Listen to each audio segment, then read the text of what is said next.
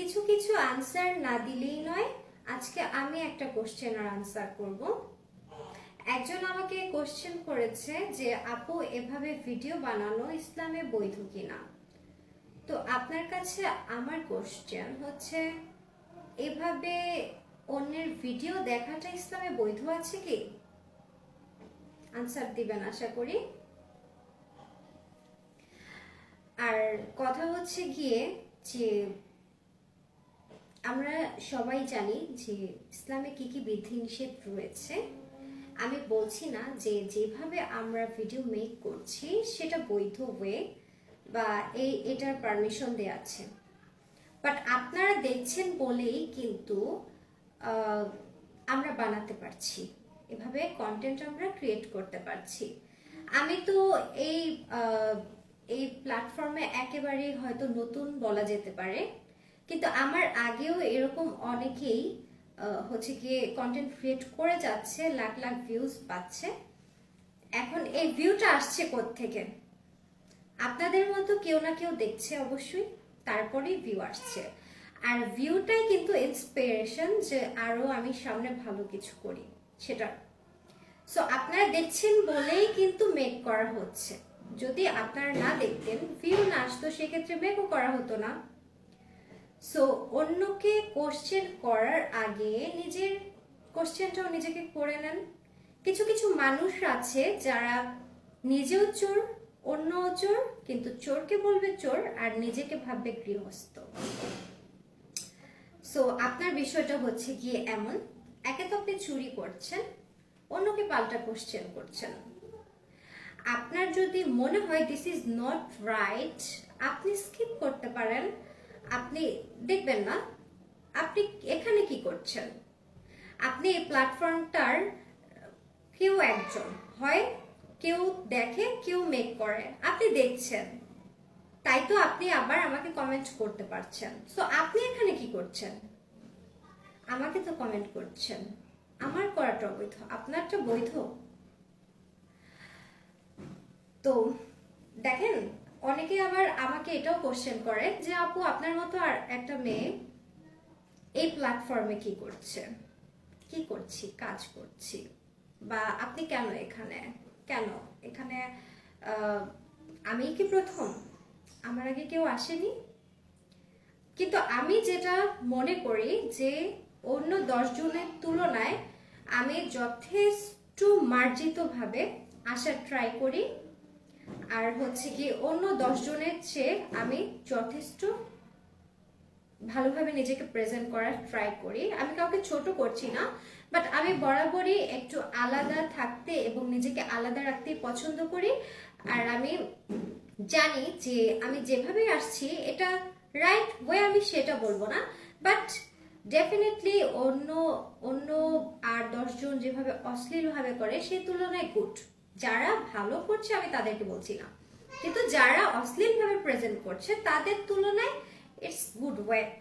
So আপনি আমাকে 100 Times বলেন যে আমি ভুল করছি, আমি কনফিডেন্ট, আমার কনফিডেন্স লেভেলটা অনেক হাই, ঠিক এতটুকু। সো আপনার মতো দু একটা কমেন্ট আমার লেভেলটাকে কখনোই ডাউন করে দিতে পারবে না। আমি নিজে জানি আমি কি করছি, আর আমি ফুললি নিজের উপর কনফিডেন্ট। আমি প্রায় 2 বছর যাবত কন্টেন্ট ক্রিয়েটিং করছি।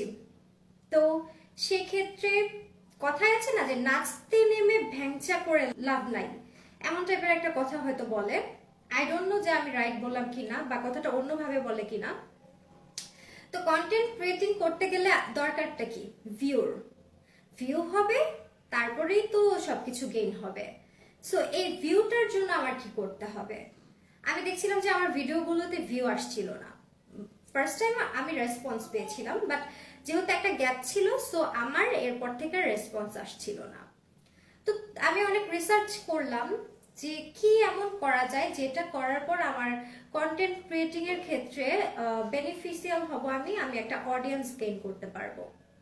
তখন আমি অনেক কিছু রিসার্চ করার পর জানতে পারলাম যে this is the proper way, TikTok is the proper platform, যেখান থেকে আপনি একটা ভালো অ্যামাউন্টের অডিয়েন্স গেইন করতে পারবেন। আর এখান থেকে গেইন করা অডিয়েন্সরাই কিন্তু নেক্সটে আপনাকে আপনার অন্যান্য প্ল্যাটফর্মের কাজগুলো দেখবে, আপনাকে ফলো করবে, কি নতুন কাজ আসছে সেটা নিয়ে খুব অ্যাটেন্টিভলি বসে থাকবে। মানে ভালোবাসার কিছু মানুষ হয়তো এখান থেকেই পাওয়া যায়। সো আমার ফ্যামিলি হচ্ছে খুবই কনজারভেটিভ, তারা তো এটা কোনোভাবেই মানবে না বা তারা পছন্দও করে না। আর আমার নিজের যে ফ্যামিলি তাদের কথা বলছি, আর আমার যে ইনলস হাউস, ইনলস যে ফ্যামিলি আছে ওরা যে মানবে সেটা না, বাট ওদের কথা হচ্ছে গিয়ে যে যদি ভালো কিছু হয় তো করো, বাট যদি এখান থেকে খারাপ কিছু হয় তবে কিন্তু এটা আমরা কোনোভাবেই মানবো না। সো বুঝতে পারছেন যে কি পরিমাণ রিস্ক নিয়ে আমি আজ এই প্ল্যাটফর্মে কাজ করছি, কারণ আমার নিজের উপর কনফিডেন্স আছে যে আমি খারাপ কিছু করছি না। আমি আমার দিক থেকে যথেষ্ট অনেস্ট, আমি অনেস্টলি ভালো একটা উদ্দেশ্যে আমি এখানে ওয়ার্ক করছি। আর সেক্ষেত্রে যেহেতু আমার ফ্যামিলি কনজারভেটিভ, আমার ইনলস হাউসও অনেকটাই কনজারভেটিভ, সো নিজেকে কিভাবে সেই দিক থেকে ঠিক রেখে কাজটা করা যায় সেভাবে আমি ট্রাই করতেছি। এর মধ্যে অনেক অনেক কমেন্ট করেন, অনেক সময় ভালো লাগে বা অনেক সময় খারাপ লাগে, বাট আমি অন্যদের মতো না। অনেকে আছে কমেন্ট, ব্যাড কমেন্টস ধরে ধরে রিপ্লাই করবে, ভাইরাল হয়ে যাবে। এখন আমি কি করি, আমি ব্যাড কমেন্টস গুলো ধরে ধরে আমি ডিলিট করে দিই। আমি কারোর সাথে পার্সোনালি ক্লাসে জড়াবো না, আমি ক্লাস পছন্দ করি না। সো আমি কমেন্টস গুলো ডিলিট করে দিব, বাট আমি রিপ্লাই করব না। বাট যখন একই ধরনের কমেন্টস বারবার আসে আমার মনে হয় যে এই কমেন্টটার একটা আনসার আমায় দেওয়া উচিত, তাই বললাম। তো এই হচ্ছে কথা যে আমি কি কারণে এবং কেন এখানে আছি, আশা করি বুঝতে পেরেছেন। আর আমি এখান থেকে যথেষ্ট ভালো পরিমাণে একটা অডিয়েন্স গেইন করতে পেরেছি, ইনশাল্লাহ নেক্সট টাইম আরো পারবো। আর যদি আমি পারি সেক্ষেত্রে আশা করব যে আমি যখন অন্যান্য প্ল্যাটফর্মগুলোতে কাজ করব অবশ্যই আমি আপনাদের সাপোর্ট এবং ভালোবাসা ঠিক এভাবেই পেয়ে যাব।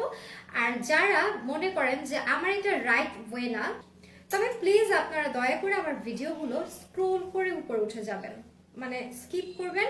আর যদি খুব বেশি চোখে পড়ে বা খারাপ লাগে সেক্ষেত্রে আমাকে ব্লক করতে পারেন, অপশন আছে। ওকে।